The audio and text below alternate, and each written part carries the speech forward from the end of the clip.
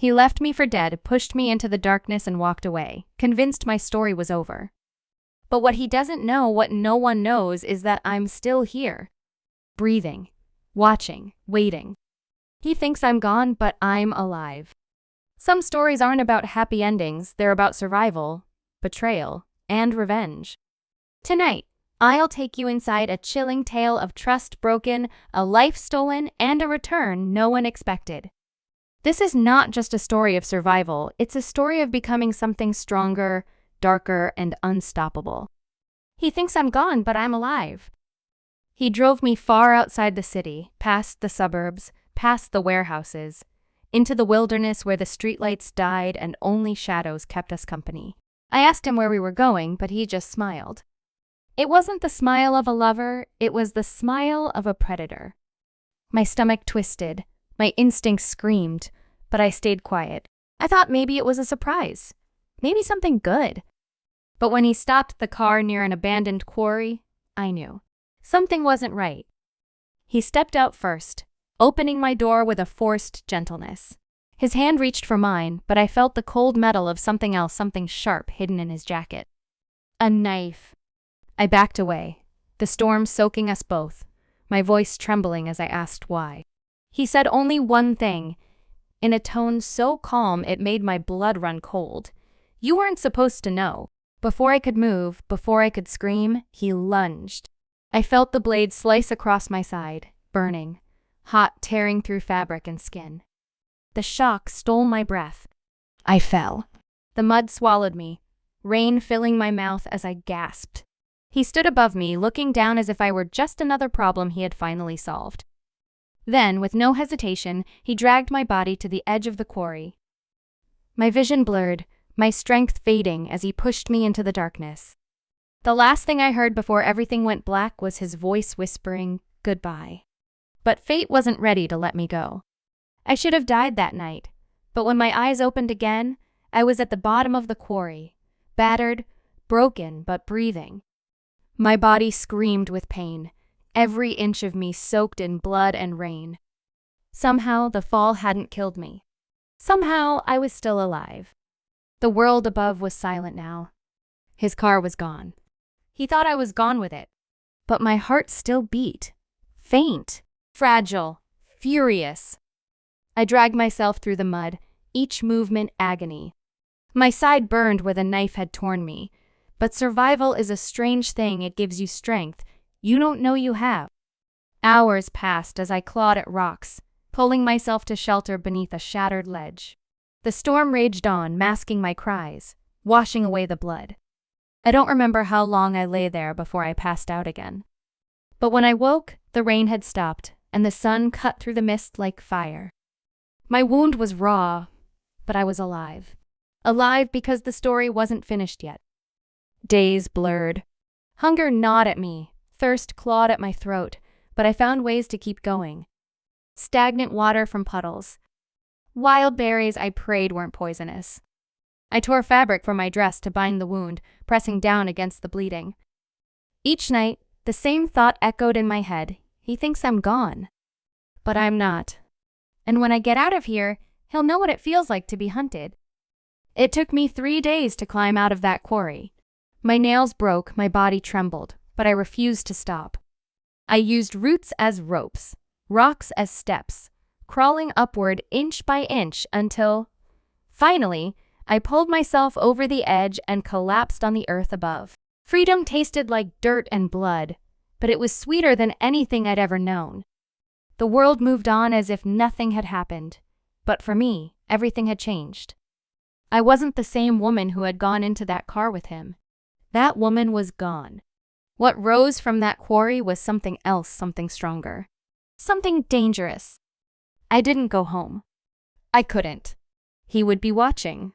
He would be waiting to make sure the job was finished. So I disappeared. I became a ghost in the same city where I had once lived openly. Hospitals were too risky. Phones were too risky. Every step I took had to be in shadows. I found shelter in an old train station, hidden behind broken walls and graffiti. There, I healed. Slowly, painfully. Every scar was a reminder of what he had tried to take from me. And every night, as I stitched myself back together, I planned. Because survival wasn't enough. He had stolen too much to simply walk free. Adrian thought I was gone forever. But the truth was, my story was only beginning. I started watching him. From a distance at first, hidden in crowds, hidden in shadows. He had moved on quickly, almost too quickly. To anyone else, he looked like the same charming man everyone loved, smiling, laughing, living, but I knew better. Behind that mask was a monster, and monsters don't change. He was already with someone new, a woman who had no idea of the danger she was in. Watching them together made my blood boil, but it also made me realize something important. He wasn't finished. She was just the next victim.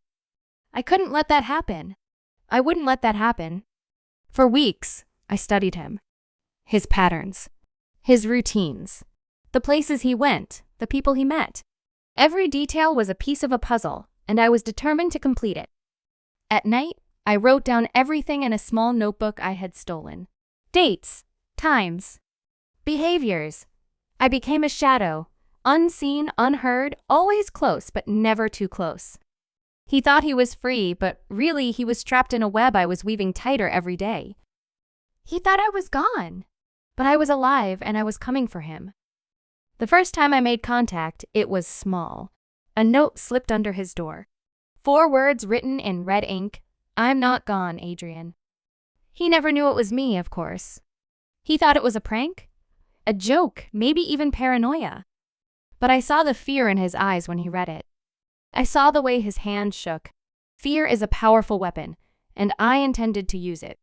The second message was louder, a voice recording sent to his phone. Just my breathing. Just enough to remind him of the night he left me in the rain. By the third message, he was unraveling. He stopped sleeping. He stopped smiling. He started looking over his shoulder in every mirror, every shadow. He knew someone was watching. He just didn't know who. That was the point. The more he broke, the stronger I became. My fear had turned into fire, my pain into purpose. But still, I waited. Because revenge isn't something you rush. Revenge is an art, and I wanted mine to be perfect. It happened one night, nearly 3 months after the quarry. He was alone walking back to his apartment after midnight. The streets were empty, silent, except for the sound of his footsteps echoing against the walls. He didn't see me at first. He never does. Shadows have become my home, my weapon. I followed him all the way to his door, my heart pounding, not with fear anymore, but with rage. When he fumbled with his keys, I stepped forward, letting just enough of myself slip into the light. He froze. His breath caught. His body stiffened as if the air itself had turned to ice. And then, finally, he saw me. The color drained from his face. He dropped the keys. His lips parted, but no words came. He thought I was a ghost, an illusion, a nightmare come to life. And in that moment, I almost laughed. Because to him, maybe I was. I stepped closer, slow, deliberate, until I was close enough for him to hear the whisper he had once used to end me, goodbye. His knees buckled. His eyes widened. And I saw it, the same fear he had forced into me that night. Only now, it was his turn. I didn't kill him. Not yet. Death would have been too easy, too merciful. Instead, I left him there, broken, shivering, knowing that the one he thought was gone was alive and closer than ever. I let him live with the knowledge that every shadow might hide me, every breath might be his last. Because revenge isn't always about ending someone. Sometimes, it's about making sure they know they will never be safe again. And that's how the hunter became the hunted. He thought his secret was buried with me, but ghosts don't always stay buried. Some come back, not for mercy, but for justice. Remember, every shadow hides a story, and every story has 2 endings, the one they expect and the one they fear. He thinks I'm gone, but I'm alive. If this story gave you chills, make sure to like this video, subscribe for more dark tales, and share it with someone who loves suspense, because the shadows are never empty.